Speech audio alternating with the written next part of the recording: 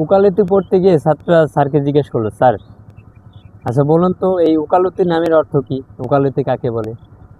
তখন স্যার তাদের উদ্দেশ্য করে বলল, আচ্ছা আমি একটা প্রশ্ন করব, তোমরা তার সঠিক জবাব দেবা, হ্যাঁ?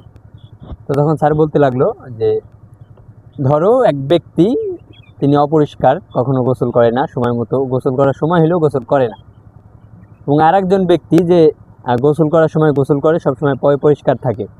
এখন প্রশ্ন হচ্ছে তোমাদের মধ্যে যে গোসল করার সময় হয়েছে, হ্যাঁ, কাজে যাবে, গোসল করার মতো সময় হয়েছে, এখন কার গোসল করার প্রয়োজন, গোসল কে করবে?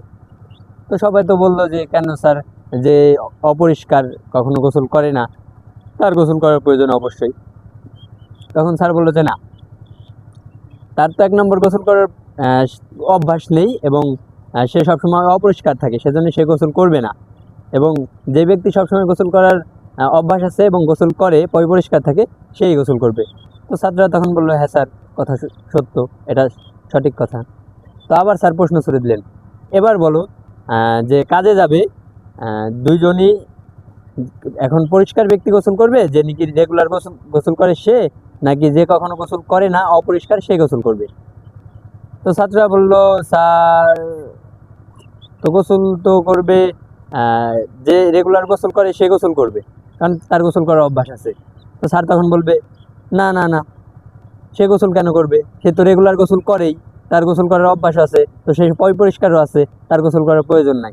এখন গোসল করবে যার গোসল করার অভ্যাস নেই এবং সে নাকি সবসময় অপরিষ্কার থাকে, তার গোসল করার প্রয়োজন, সে গোসল করবে।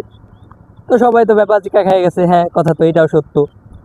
তো স্যার আবার প্রশ্ন করলো যে এবার বলো যে গোসল করার সময় হয়েছে, কোন ব্যক্তি গোসল করবে? যে গোসল করার অভ্যাস আছে, পরিষ্কার থাকে সে, নাকি যার কখনো গোসল করার অভ্যাস নেই, সবসময় অপরিষ্কার থাকে, তার? তো সবাই তো হতবাক হয়ে গেল, কি রে, দুইভাবে এই প্রশ্নের উত্তর দিলাম, সঠিক না। এখন স্যার সবাই বললো যে স্যার আমি জানি না, আপনি বলেন। তখন বললো যে কেউ গোসল করবে না। তখন বললো, স্যার কেন?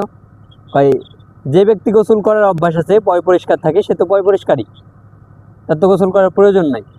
এবং যেই ব্যক্তি গোসল করার অভ্যাস নেই, অপরিষ্কার থাকে সবসময়, সে তো গোসল করবে না। তো যে গোসল করে না সে করবে না, এবং যার করার অভ্যাস আছে সে সবসময় গোসল করবে। তো কথা এটাও যৌক্তিক। তো শেষমেশ স্যার বলল যে উকালতির অর্থ হচ্ছে তুমি যেই দিক দিয়ে যেই কথাই বলো না কেন, ওই কথাটা যুক্তি হইতে হবে, তাহলেই তুমি উকালতি করে সফলতা পাবে। তো আপনি যে কথাই বলেন না কেন, যুক্তি দিয়ে বলেন,